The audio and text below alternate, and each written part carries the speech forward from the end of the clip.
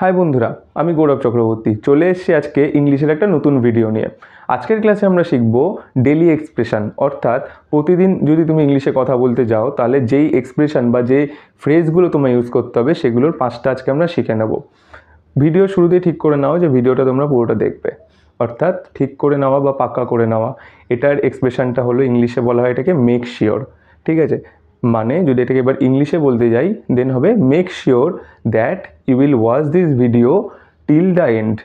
ওকে, মানে make sure করে নাও, পাক্কা করে নাও যে এই ভিডিওটা তুমি শেষ অবধি দেখবে। এটা হচ্ছে আজকে আমাদের ফার্স্ট এক্সপ্রেশন। আরেকটা সেন্টেন্স ক্রিয়েট করা যাক মেক শিওর দিয়ে। Make sure they will come by tomorrow. Make sure করে নাও, ঠিক করে নাও তারা আগামীকাল আসছে। ঠিক আছে, তো এইভাবে তুমি মেক শিওরের ইউজ করতে পারো। এর পরের এক্সপ্রেশনটা হচ্ছে I can't help. I can't help এটার বাংলা মানে হলো আমি নিজেকে আটকাতে পারবো না, আমি নিজেকে সাহায্য করতে পারবো না তা না, কিন্তু এটা কিন্তু ইডিয়ামস। আই কান্ট হেল্প, আমি নিজেকে আটকাতে পারবো না। এই আই কান্ট হেল্প তুমি যখনই এই ইডিয়ামসটা ইউজ করবে তখনই আই কান্ট হেল্পের পর যে ভার্বটা আসবে তার সাথে ভার্ব প্লাস আইএনজি হবে। ঠিক আছে, I can't help doing this work, আমি নিজেকে এই কাজটা করা থেকে আটকাতে পারি না। I can't help going there, আমি সেখানে যাওয়া থেকে নিজেকে আটকাতে পারি না। অর্থাৎ আই কান্ট হেল্প যখনই আসবে তুমি ভার্ব প্লাস আইএনজি করে দেন সেন্টেন্সটাকে ফর্ম করো। ঠিক আছে, দেখবে আই কান্ট হেল্পের ইউজ তোমার কাছে ইজি হয়ে যাবে। এবার আমরা যে এক্সপ্রেশনটা শিখবো সেটাকে বলা হয় আন্ডার দ্য ওয়েদার, অর্থাৎ ওয়েদারের নিচে, তাই তো? না, ওয়েদারের নিচে না। আন্ডার দ্য ওয়েদারের মানে হলো যখন তুমি দুর্বলতা অনুভব করবে তখন তুমি আন্ডার দ্য ওয়েদার এক্সপ্রেশনটা আনতে পারো। ধরো তোমায় কেউ বললো do you want to go for a bike ride today, তুমি কি আজকে কোনো বাইক রাইডে যেতে চাও? তুমি তখন বলবে no I am feeling under the weather, না আমি অসুস্থতা অনুভব করছি। ঠিক আছে, অসুস্থতা যদি অনুভব করো দেন আন্ডার দ্য ওয়েদার, আর যখন খুব অসুস্থ হয়ে যাবে তখন কিন্তু এটা না, অনুভব করলেই আন্ডার দ্য ওয়েদারটা আনতে পারো, অর্থাৎ দুর্বলতা অনুভব করা। এবার চলে আসা যাক পরের এক্সপ্রেশনে, যেটা হচ্ছে ইজিয়ার সেড দেন ডান, অর্থাৎ বলা সোজা কিন্তু করা কঠিন। আমরা বাংলায় প্রায় বলে থাকি না এটা বলা সোজা কিন্তু করা কঠিন, ইংলিশে তার জন্যই ইজিয়ার সেড দেন ডান এই কথাটাকে আনা হয়। তো এই এক্সপ্রেশনটা যখন ইউজ করবে তার আগে একটা ইজ বসিয়ে নেবে।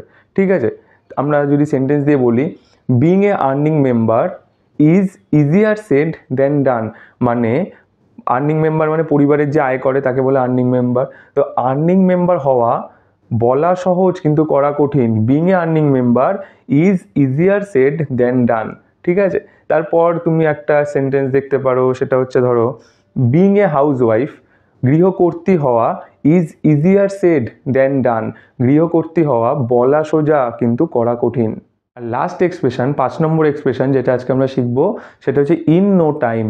ঠিক আছে, ইন নো টাইমের বাংলাটা হলো এখনই বা খুব তাড়াতাড়ি। ঠিক আছে, ধরো তুমি একটা ক্যাব বুক করেছো, ক্যাবটা এখনই আসছে, তাহলে the cab will be here in no time, অর্থাৎ ক্যাবটা এখানে আসছে জাস্ট এখনই, খুব তাড়াতাড়ি এখানে চলে আসছে।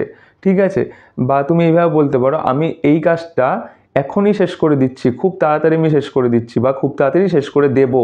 যদি এরম বলো দেন তুমি বলতে পারো I will complete this work বা I will finish this work in no time, অর্থাৎ আমি এই কাজটা খুব তাড়াতাড়ি শেষ করে দেবো।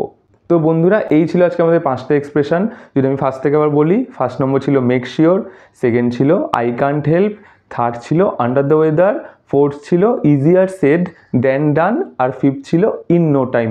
আশা করি এই 5টা এক্সপ্রেশনের উপর সেন্টেন্স ক্রিয়েশন তোমাদের অনেকটা বুঝতে সুবিধা হয়েছে। এবার যদি কোনো বুঝতে অসুবিধা অবশ্যই আমি আছি, তোমরা কমেন্টস বা মেলের মাধ্যমে জানাও, আমি দেন আরও তোমাদের ক্লিয়ার করে দেবো তোমাদের যেখানে বুঝতে অসুবিধা হবে। ঠিক আছে, তো ভিডিও আজকের মতো এইটুকুন। ভিডিও ভালো লেগে থাকলে অবশ্যই লাইক করো অ্যান্ড কমেন্ট করে আমায় জানিও যে ভিডিওগুলো কীরকম হচ্ছে, অ্যান্ড বন্ধুদের সাথে শেয়ার করো, অ্যান্ড লাস্ট থিং সাবস্ক্রাইব করতে ভুলো না নেক্সট ভিডিও নোটিফিকেশান পাওয়ার জন্য। চলো আজকের মতো বাই।